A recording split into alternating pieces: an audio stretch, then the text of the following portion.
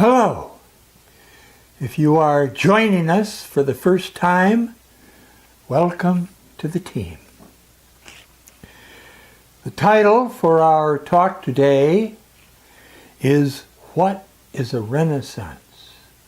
Part 4 of 5. Let us go back to that list of evils from the 20th century and from the many centuries long before the 20th. Poverty, pollution, plundering, racism, and war. We urgently need to focus our attention on the evil which we ourselves have refused to abandon. Instead, we have made this evil increasingly hideous with all of the deadly power of our modern technology. We refuse to stop our unrelenting wars. We refuse to acknowledge the desperation of the refugees fleeing from those wars, because we are busy, very busy, making profits from those wars. War is a business, the dirtiest business on planet Earth. And we must shut down that business soon and forever. War is not a form of slow-motion suicide, because once the first nuclear weapon is launched, our long human journey will very quickly come to an end. Young people of the world, some of you, the bravest of the brave, must turn your attention to the global weapons market, especially the market in which weapons are traded for oil and oil is traded for weapons. This market is a lethal cancer which will eat at human civilization without mercy, so that a very small number of people can earn vast amounts of money. This money provides them with wealth, but more important, with power. Old men did not fight in the trenches of World War I. Old men did not fight on the global battlefields of World War II. Old men did not fight in the proxy wars that ravaged the world during the Cold War. Old men do not care about the children whom they call collateral damage, who die from the bombs and artillery and poison gas of our utterly unnecessary wars today. Old men make profits and play golf. Young people of the world, we need investigative journalists, brave people who investigate the crimes and then write about them, revealing the truth. To be such a journalist is perhaps the most dangerous job in the world.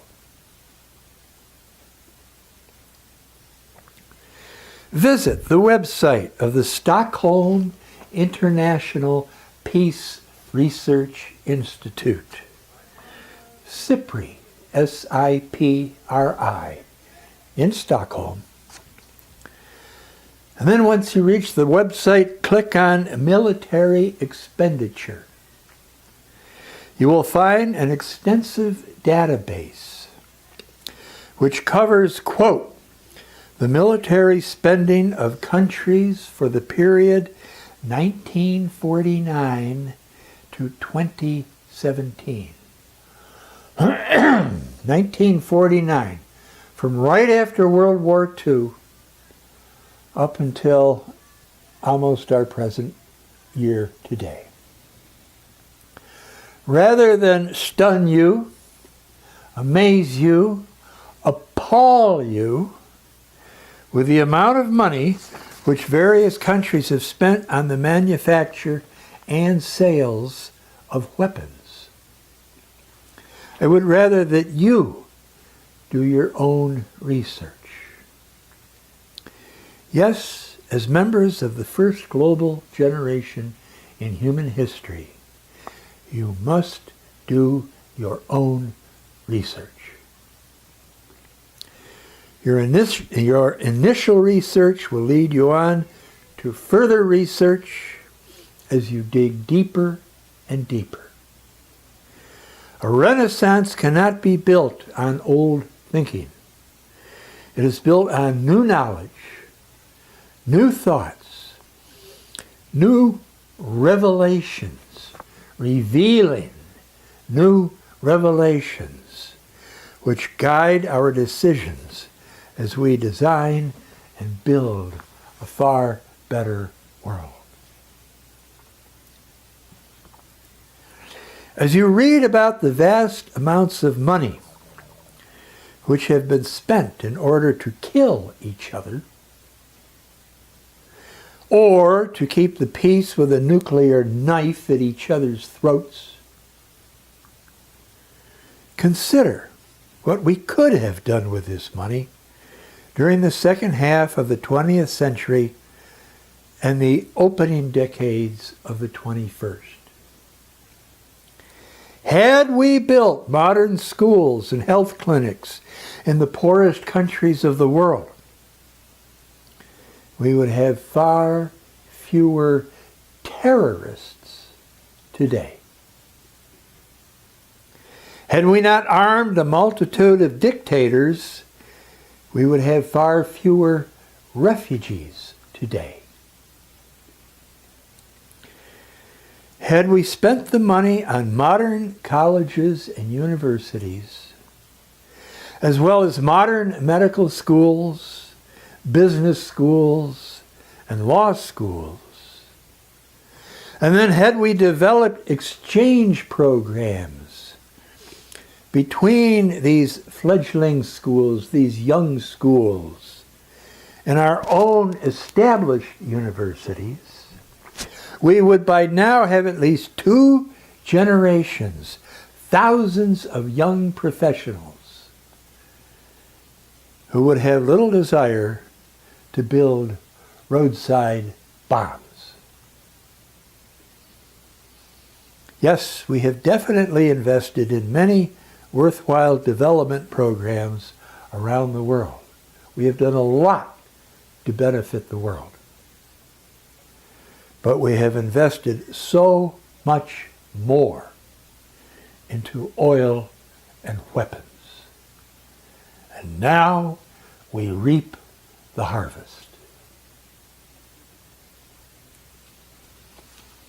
Young people of the world, invite the veterans into your classrooms.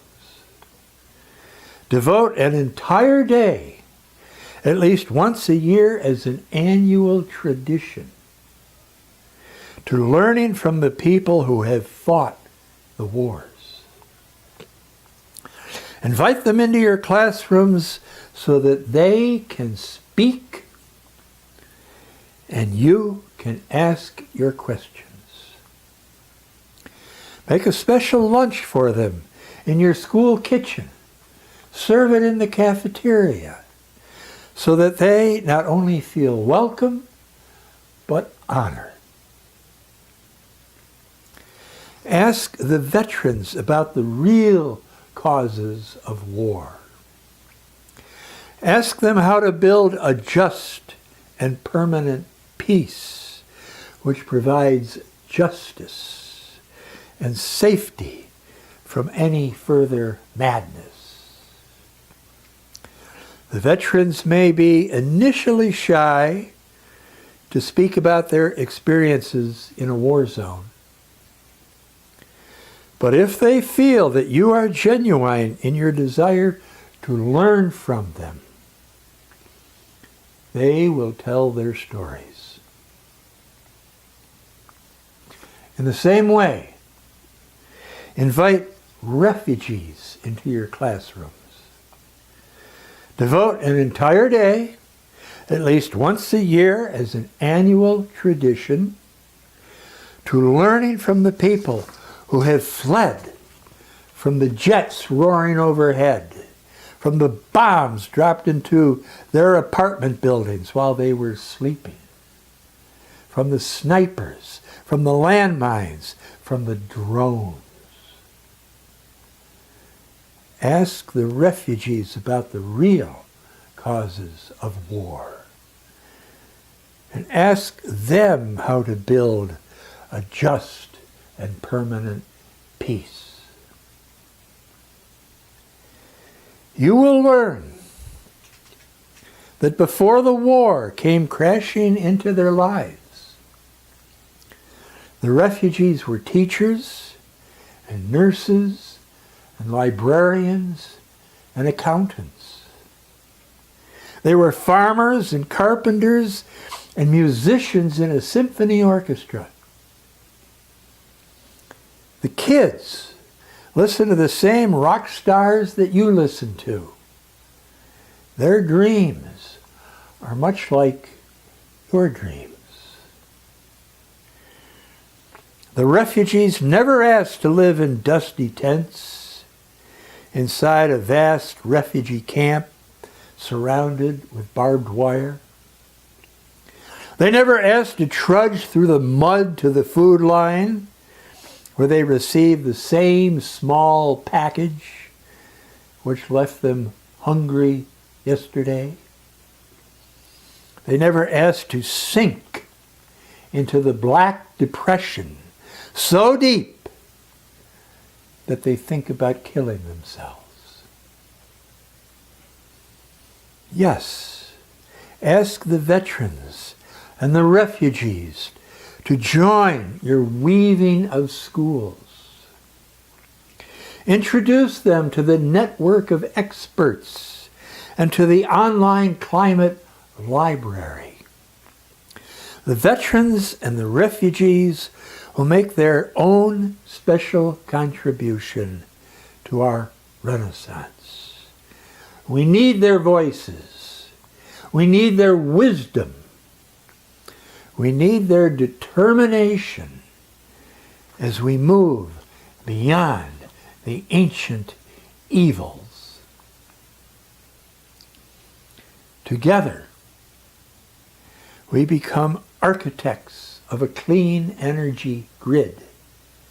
We become architects of a new economic system, a new legal system, and bold new forms of education. We become architects of peace. Thank you.